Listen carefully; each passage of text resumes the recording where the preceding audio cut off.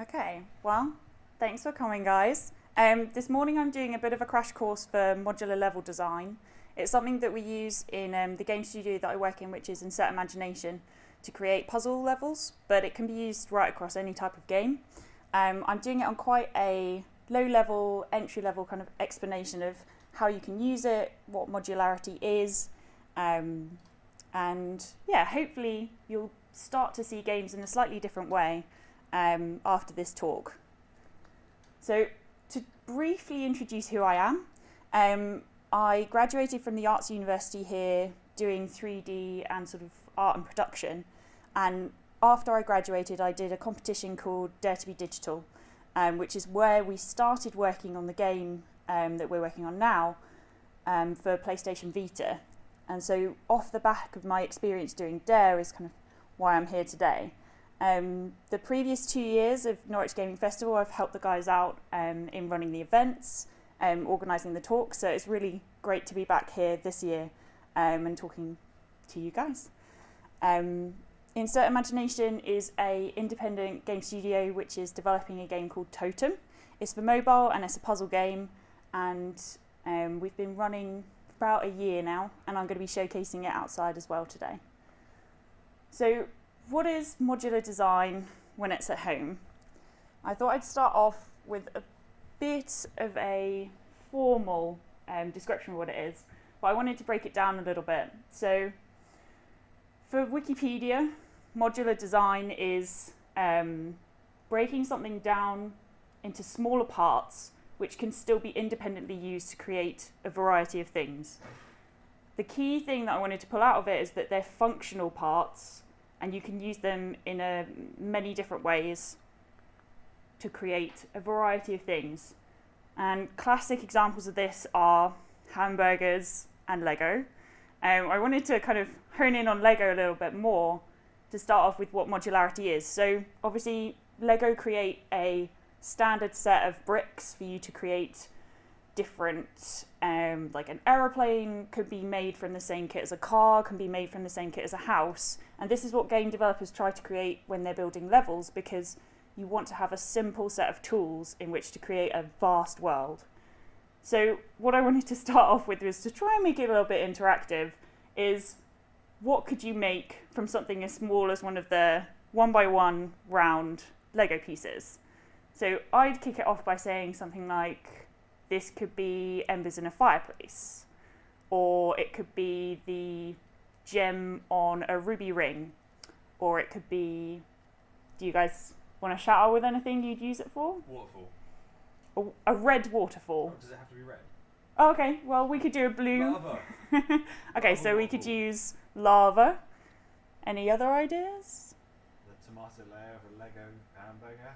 Nice, it tomato layer of a Lego hamburger, I like that. Any others? You could use it for something like a laser sight on a gun. So you see, like, there's nothing connecting lava with a laser sight, but they've created these parts which can be used in a variety of different ways depending on the context they're used in. To take it a little bit further, if you look at modular Lego kits, one of them is the street scenes that they use, and you can see quite clearly here that these are separate kits, but put together they make a street, but you don't have to put them in a certain order. And also in this scene you can see that there's modularity in place anyway, because you've got windows which are used at several different heights. You've got brick layers which are replicated. You can see like doorways that could be used in a different building, and it all just kind of stems out of smaller parts which are built up to make larger worlds. So one of the reasons why people use modularity in games design is it's really efficient. So if you're creating a scene, like say a kitchen, you might have repeating parts of that kitchen. So you might have a kitchen counter, so that's a cupboard. You could use that right across the side. You just make one model and you duplicate it. That means that the computer's only having to read one of those things in order to create a much larger scene. Similarly with things like decoration, you see lots of repeated patterns, but what game developers can do is, as long as you just put in one odd piece every so often, it kind of breaks up that repetition and you won't see it as clearly. Similarly, if you're only making one element within a scene and replicating it, that's going to cut down your development time massively. Because if you're going to create a kitchen scene, if you individually made a unique kitchen counter for each part of it, it would just take way longer and be much more art intensive than it really needs to be for the game. Another great part, which links into what we're doing at Insert Imagination, is when you're using modular level design, it means you can expand the team that's working on that level without having to necessarily retrain them individually. So if you can give someone a toolkit of level parts, you can then ask them to design a level, and you know that it will be in your style and using the tools that other members of the team have been using. And a large part of that process means that you can be testing much quicker. So if you've got building blocks that are ready to use, you can put them in place and then you can export them out, make it playable, get people to give you feedback, and then use that feedback to do a next iteration of the game. So I just wanted to break down our iterative process at Insert Imagination. We use Unity to create To-Tum. It's a puzzle game which uses pipe parts to create a maze. And what we'll do is there's 6 of us working on the game and 4 of us design levels. So we each take it in turns to design levels and test each other's levels. And each time you're doing that, you're constantly getting feedback and using that feedback to improve it further before you even get it to public to be testing it, which means that you're much more likely to find bugs sooner. And also in things like puzzles, you want to know that it's fun and challenging for a range of different abilities, which is sometimes quite hard to do without having a really buggy version of it for the public. So this is a screenshot from To-Tum. You can see already it's very clear how we've broken up the levels in order to make them modular. On the left-hand side, you've got the level start. Right-hand side, that's where you end in the level, and that's where you're aiming for. What happens is the To-Tum head, which is just sitting up on the top there, will fall down, and then you have to rotate the world in order to navigate through the pipes. So it's using gravity, and it's also using 3D spatial reasoning. Now, it's really hard to design a 3D puzzle in 3 dimensions on paper, which is why we originally started using this modular process in order to create levels, because in some ways it's much easier to build it and test it than it is to design it, then build it, then test it. So a lot of our design process is kind of in the engine as we're building them. So this is a screenshot of Fallout 3 showing one of the pipe kits that they used in that game, and this was one of the images that we used when we were first looking at how we could build levels for our game, and it was kind of part of an inspiration. Obviously our art styles are extremely different, but you can see here already, you'll look at this scene, and before you might have just seen pipework, but now you can see, oh okay, so that piece there, that's the same as the one on the top left, but they've just rotated it, or they've moved this part there. And I constantly find when I'm playing games, I do see them in a different way because I'm looking for the repetitions, I'm looking for how they've constructed the scene, and I'm constantly trying to work out how they did one thing or another. This here shows a typical level building kit. So you could create a number of different variations of a level out of key building blocks.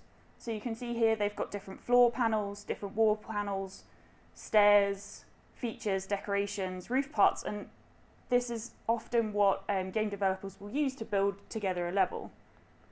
And we've got something very similar for To-Tum. So here you can see a slightly more complicated level where we're using the same parts but rotated in different angles. Something that was really vital for us was being able to make sure that each part exactly lined up no matter which rotation it was using. So if you had a T-pipe, which you can see there in the middle, the purple one, you needed to know that if you had a corner pipe but it would turn slightly, it would still lock, and if it was on a corner, it would still link up to where you needed the next piece of pipe, which was completely maddening in the development process. But once we got it there, it meant that we could immediately snap parts together in order to create levels. So this is where I'm going to bring up a video that we've got which shows our level building process.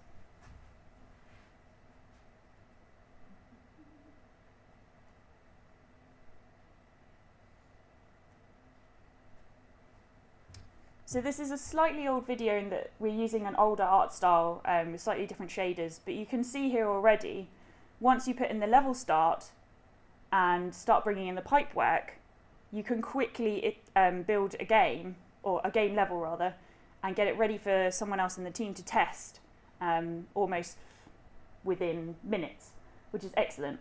You can see here is where we're snapping the parts together based on the inside edges.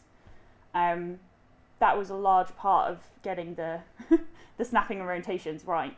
So you can see here on the right hand side, in the folder structure, we've got level pieces, building pieces, and we've got things which are simply just level parts, and then we've got parts which are more active parts of the level. So you have the pipe work, which is just literally building the frame of the level, and then we've got pieces such as the level start piece, the level end piece, we've got valves, we also have pre-made collision boxes for all of them.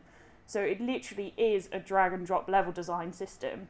You can see here on the right hand side, we've got separate sections for the pipes, collisions and valves. And a little bit further on in the level, you'll begin to see that they'll be dragging those parts in as well.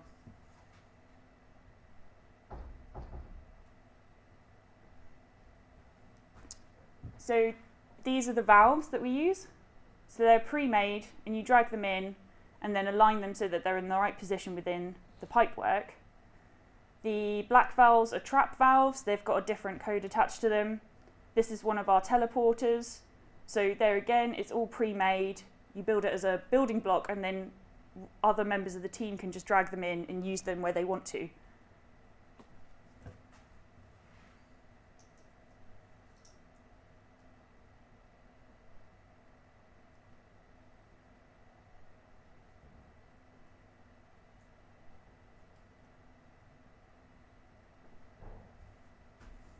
Okay, so when we were building these levels, we also put in coins. We're now using orbs, but you can see already that's another element of the gameplay which is pre-made for us, and we can drag and drop them. And if someone has played the game and they've said, oh, that coin, I don't really care about getting it, it doesn't really lead me anywhere, you can straight away go back into the editor, move it literally with the move tool, and then re-export, replay it again, see if it works better. These are the collision boxes that we're putting in now, which basically just allows the totem head to fall within those boxes. Otherwise they would fall out into the world when you rotated it. But even there again, it's very simple. Drag and drop, resize to the size of the pipe, and it makes it incredibly easy and quick for us to develop levels.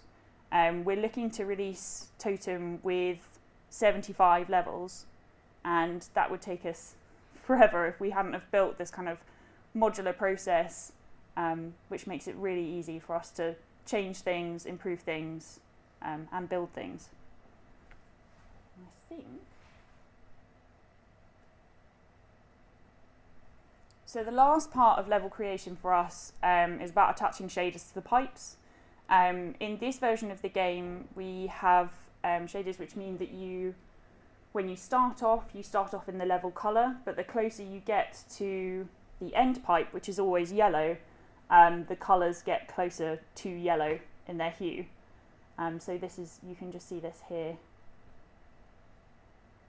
which is all about us trying to lead the player around the level without it being too hand-holdy. Great.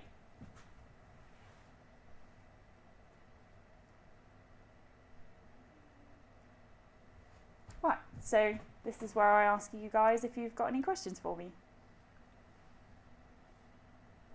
That seemed really labour intensive, where you had to move the pivot point every single time you put in a new piece into the level and wanted to snap it. I don't know if there's any other way you could have done that, like any better way to have done it other than move the pivot point for every single object that you put in. Yeah, well, the reason why we do that is because to make sure that it is exactly right. Because if it's even slightly off, it's really obvious when you're playing the game.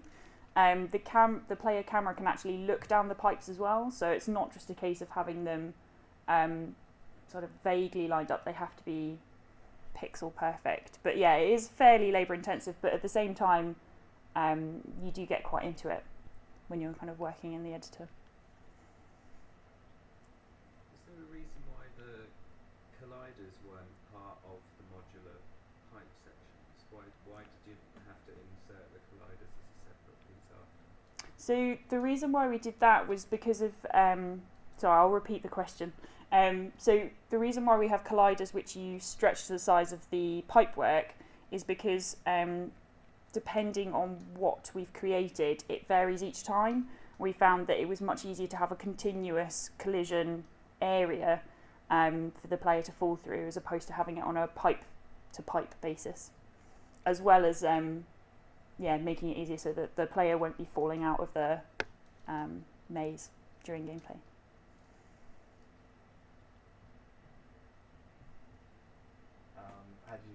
Have you considered?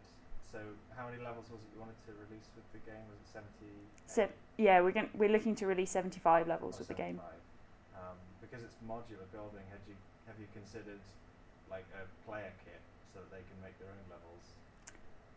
Yes, we have considered putting together a player kit so they can build their own levels, because it is so straightforward to put together. That's something we're quite keen to look at, to get people challenging each other and kind of having play with the space.